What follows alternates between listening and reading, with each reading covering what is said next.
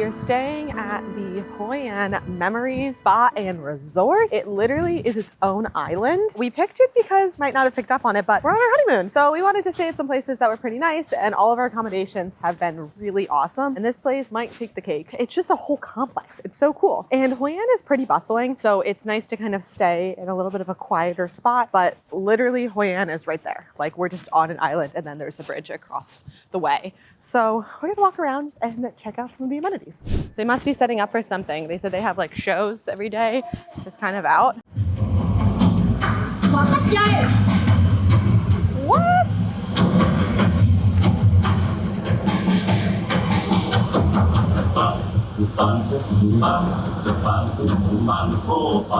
So yeah, we caught them at rehearsal. That was so cool. Hopefully we're able to catch a show while we're here. There's like sort of an amusement park here, I think. Exhibit A, Exhibit B.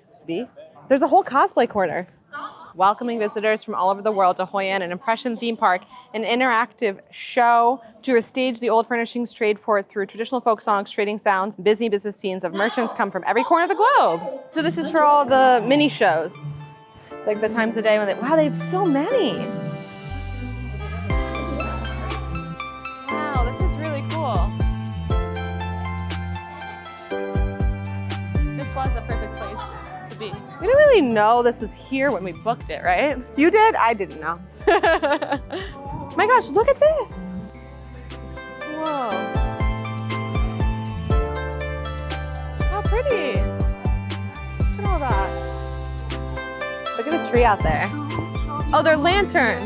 That's so cool. So I think some of these like installments are for some of the mini shows, because the one back there with the silk was like all for Hoi An, the silk path. Oh, how fun. Let's go look at the lotus over here. So lotus typically come to bloom in the summer. And so it looks like they have a whole installment where they made some. So it's nice to kind of see the decorations. Wow, look at them all.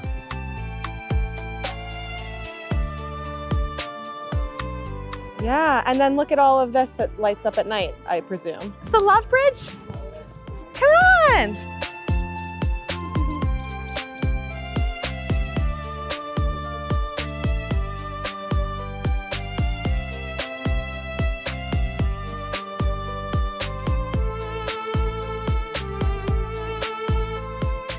So we've really enjoyed our stay so far. We haven't been here too long. I think that this is a really good place to be on your trip if you happen to have food poisoning or have stomach issues like our dear friend Cameron Bryan has had for the past 24 hours. It's pretty brutal. We didn't know what to do. And when we arrived here, he was kind of at the peak of it. Aside from just like having a wonderful room and a great view and feeling comfortable and having the ability to have room service.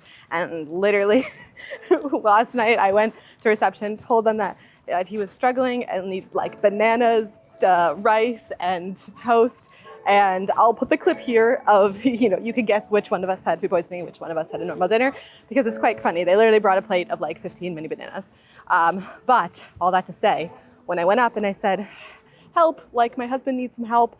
Do you have these foods? Because, we just were kind of waiting it out, making sure it was like okay, and that he was good. They said, oh, do you want us to send a doctor to the room? And they literally sent a doctor to the room, take his vitals, to check everything, make sure he was good. Kind of told him if he wasn't feeling better tomorrow, then let us know and we'll be able to help you get to the hospital. I just haven't really been to a hotel where they have those kinds of accommodations. It really made us feel comfortable and safe and taken care of and not worried, because our poor sweet Brian wasn't doing too well, and we felt a lot better just being able to have resources available to us.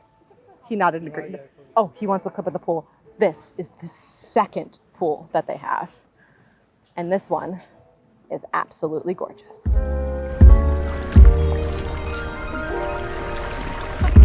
This is so cool. Let me hop in on my coat. I know. The color looks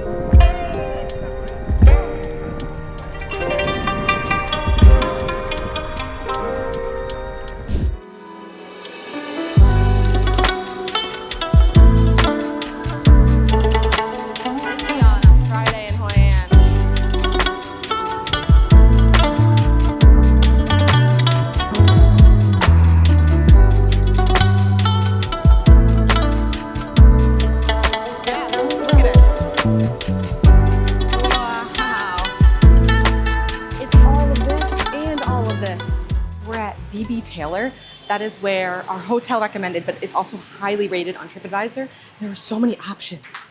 Hello. All of my linen samples. We've got this gray, blue. I guess that's like a gray blue, which is nice. Oh, this one. Oh, that might be it. It's so much brighter when I look. Okay, cổ 36. And you have the rest, the shoulder, the chop down like that, okay? We're staying at the Hoi An Memories Resort and Spa.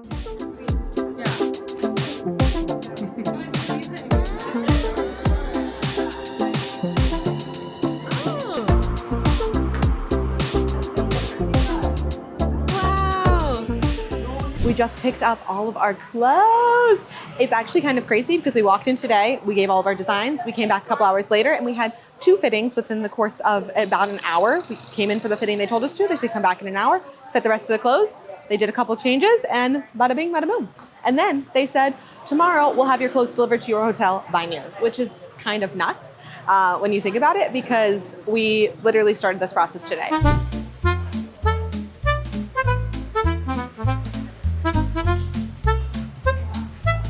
The whole history of this dish all up at the top, which is pretty cool. It says that it is a rice noodle dish that is recognized as Hoi An's unrivaled signature. It was served during a prosperous period of maritime trading back in the 17th century. Seafaring merchants were believed to tuck into a bowl of quintessential dish, on high floor of Hoi An's riverside eateries. The legend probably is the most believable explanation for the origin of Khao Lao. The noodles look so good. They have like a specific process for how they make them. I'm trying to understand. And then there's like almost no broth in it. So it's like more dry. Well, it's not actually dry. I think they use like a tiny bit of broth, but we'll see. I'm excited to try this Hoi An delicacy.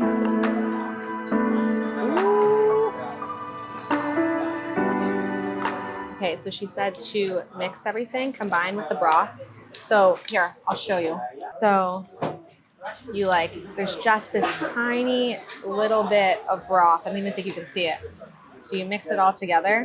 And look at these little crunchy guys. Those are like crunchy noodles, or like croutons kind of. Yeah, these are noodles. This is all noodles.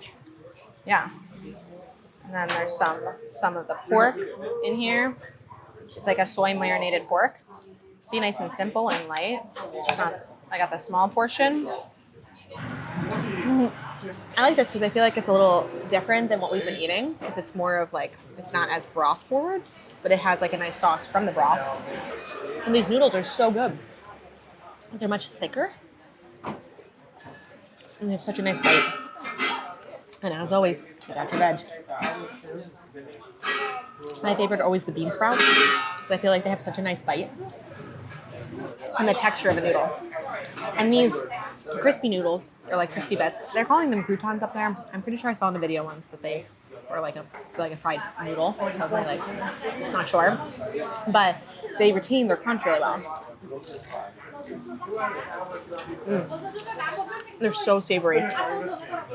This is definitely a must try when you come to Hoi An.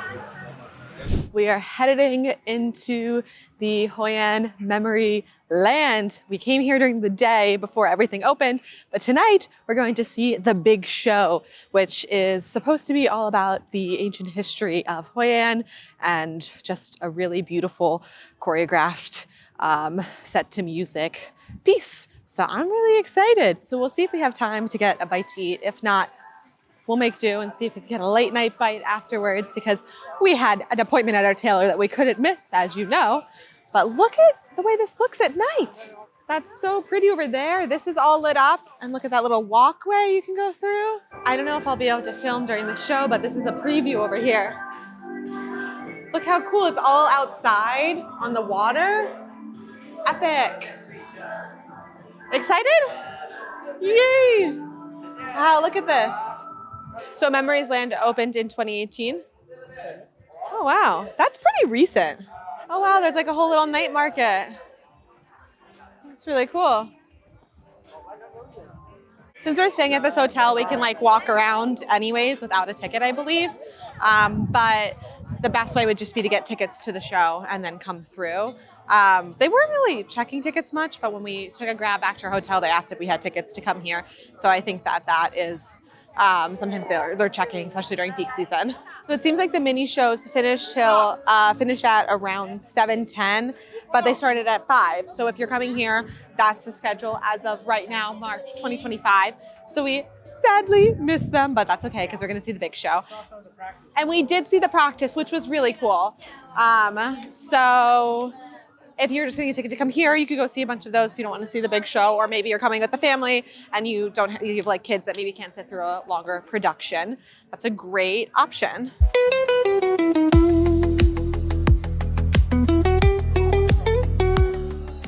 Instagram heaven. There's a line. 2 waters, 1 French fry. Thank you.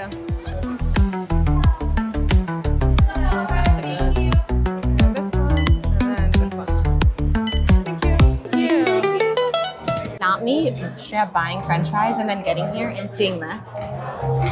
We also bought a water. They gave us the water. There is a glass and it looks like we might be getting but look at this stage. So the VIP is covered for like if there's rain, which is really nice. That's kind of what sold us. And then on top of that, this stage is gigantic. I don't know really how much I'll be able to share with you, but like you can just kind of get the stadium vibe. Crazy. Brian gets some fruit, so I'm probably getting some fruit. But I'm gonna enjoy the show.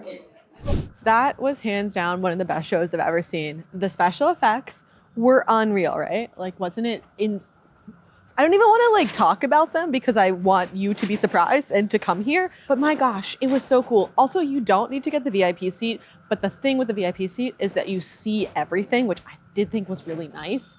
I thought that was awesome. For comfort, all the seats seemed fine. And also, if you sit up close, they actually come into the crowd a little bit, which I guess is a little bit of a spoilie, but it's still pretty cool because you can like kind of really see them. It's just like very intense, I'm sure, to be like up that close versus a little bit more low key in the back and you can really get to experience everything. So highly recommend.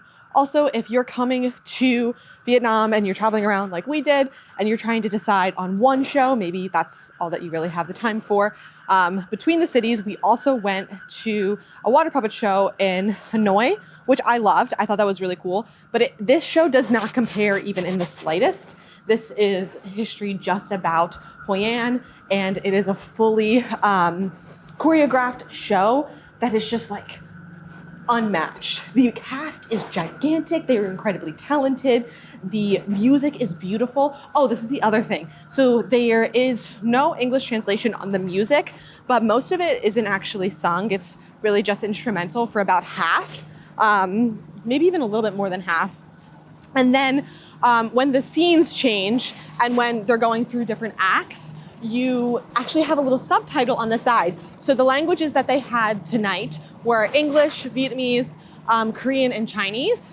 And so if those are languages that you understand, then you'll be able to kind of see the name of the actual act.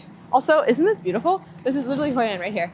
All in the water, all the boats going by every night. We get to see that from our hotel room. It's just really beautiful and cool. And we were able to learn all about the complex, beautiful history of this waterside city. We took a grab to one of the stops where you can ride in these coconut boats down the river. We just wanted to kind of see if we could find them, to see them all around. We simply found one that is not inhabited, so we might continue walking and see what we find. But I wanted to mention that when you're in Hoi An, this is a popular tourist attraction. You can pay, it's really cheap. It's like a couple dollars to go in a ride in these traditional fishing boats, which are the coconut boats right there, because they look like coconuts, and ride down the river. You can also pay extra to get spun in a circle. Not for me. And part of the reason we're not taking a ride is because we kind of suffer from motion sickness a little bit. So we decided to opt out and just kind of come to the river and walk down and take a look. But it seems very peaceful. And if we had more time, maybe we'd consider a ride, or maybe that's a reason to come back.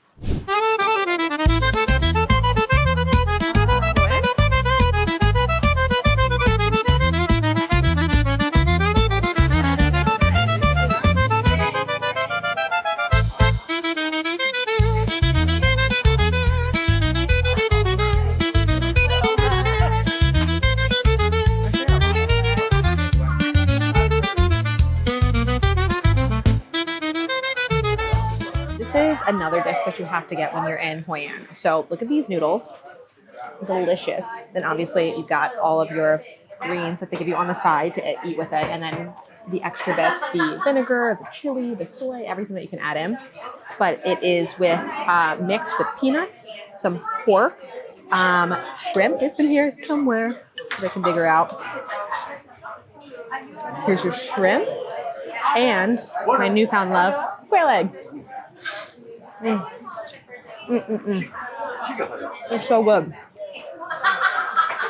It's such a nice balance and mix of flavors. And then it's the same as like the one we had yesterday, where there's just a little bit of broth in the bottom. And then they also give you a little rice cracker. I'm not sure if you just eat it like crunched or if you can break it in. It's probably either. It absorbs the flavor and softens a little bit, which is nice. Look at that pork. Wow.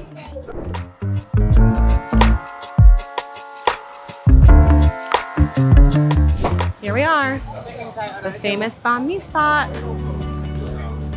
Thanks to this guy up here, Anthony Bourdain.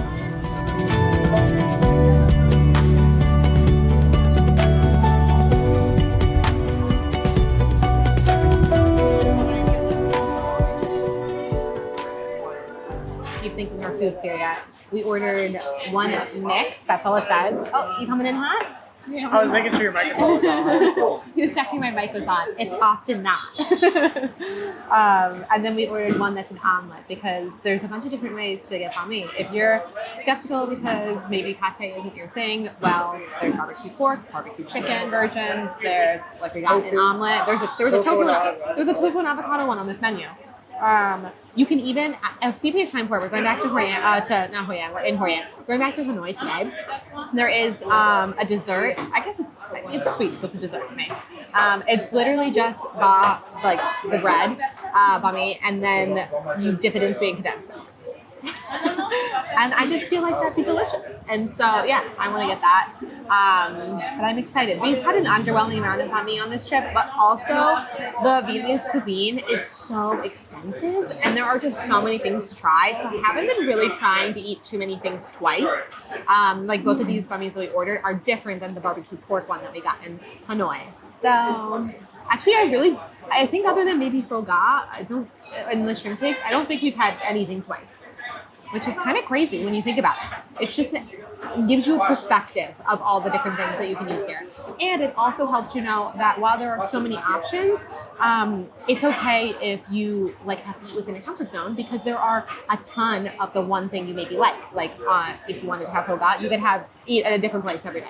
It's crazy. The competition for restaurants here is wild. And we really haven't had a bad meal. Everything's been really good. There's just like a surplus of great food here. Also, I feel like this is interesting insight. We've gone to a couple places while Brian is still recovering from just not feeling the best and just gotten one dish and he just couldn't eat, but he sat down and they didn't care at all. What? I got a drink. Yeah, he did get a drink, but still they said one or two, and I said one. He said okay, and that happened multiple times. And I just feel like that's important to note. Like if you are traveling with someone who maybe has different food preferences as you, and some of the restaurants here don't have a lot of variety, they're like good at one thing. It's just good to know that you can go and still sit down and have someone try something, and then kind of move on. And so far, our experience has been pretty positive. As long as you're, mindful about the time that you spend there and mindful about the space. Yeah, I mean, there's always been enough seats. That's a good thing to note. You might want to get takeaway if it's fully booked and someone's going to be taking up a seat that isn't going to be eating. Or you could just order a drink and, eat a little quicker. But yeah, it's been pretty positive. I also got a banana juice and Brian got classic orange. Although it's really not classic because I feel like here it's so good. Do you care if I take a sip before you? Not allowed. I don't think it came up on camera. But as I took a sip, he said, not allowed, after he said it was fine. It's very good. The orange here is so much more tangy, which I love. Banana! I love this. Sometimes at home, I'll make banana milk, which sounds crazy because who makes banana milk? But I'll put it with just a little bit of peanut butter. It's delicious. But the bananas here, different. Thank you. look. The mix looks like it has some pork. Maybe it's pork and chicken. Maybe sausage. The omelet. Oh my gosh, look at that guy. Wow. Woo. Here's the mix. There's corn on it. Should I even look? The bread. The mix of all the meat and then the fresh vegetables. Oh, delicious. They asked if we wanted spicy. We said yes. I feel like the kick isn't that bad. The one other time we did have banh mi, I feel like the kick was also nice. I feel like spicier isn't bad. What you have to watch out for is the peppers and the vinegar. That's when I died. You saw the video from Dadong. It's just nice to have like a crusty bread with a hearty sandwich. Oh my gosh. Look at that. Got my hands on the egg banh mi. This is so good. I've eaten my fair share of egg breakfast sandwiches, and this is like on another level. Look at that yolk. See how orange it is? Would recommend. And I know I'll have it somewhere on there, but this is the shop that you need to come to. And this is why. We got our dear friend Anthony Bourdain on the back. He's eaten his fair share throughout Vietnam and has a few notable places. We tried to go to a couple, or as many as we could on a trip. There's just so many options. We were saying how it's been really interesting to experience a culture that's so warm and welcoming to all cultures, especially with such recent history of major wars that like impacted the Americans and especially the French, because like we were just talking about how they have the French to thank for bread and for coffee. And it seems like they genuinely are okay with that as a part of their culture and are like very happy about that being a big part of their culture, and that there isn't really an outward resentment and anger. And I just feel like if there was a war in my home country, I would feel very angry. And I think that it's been interesting to change the perspective, and they're very proud of their country and proud of everything that they have. I'm sure going through it wasn't great, but it's just an interesting perspective. It makes you really gracious for what you have and for, I don't know, they're just a very positive, hopeful people, and I really appreciate that. So I think that's been a really awesome experience to really just be in such a welcoming place.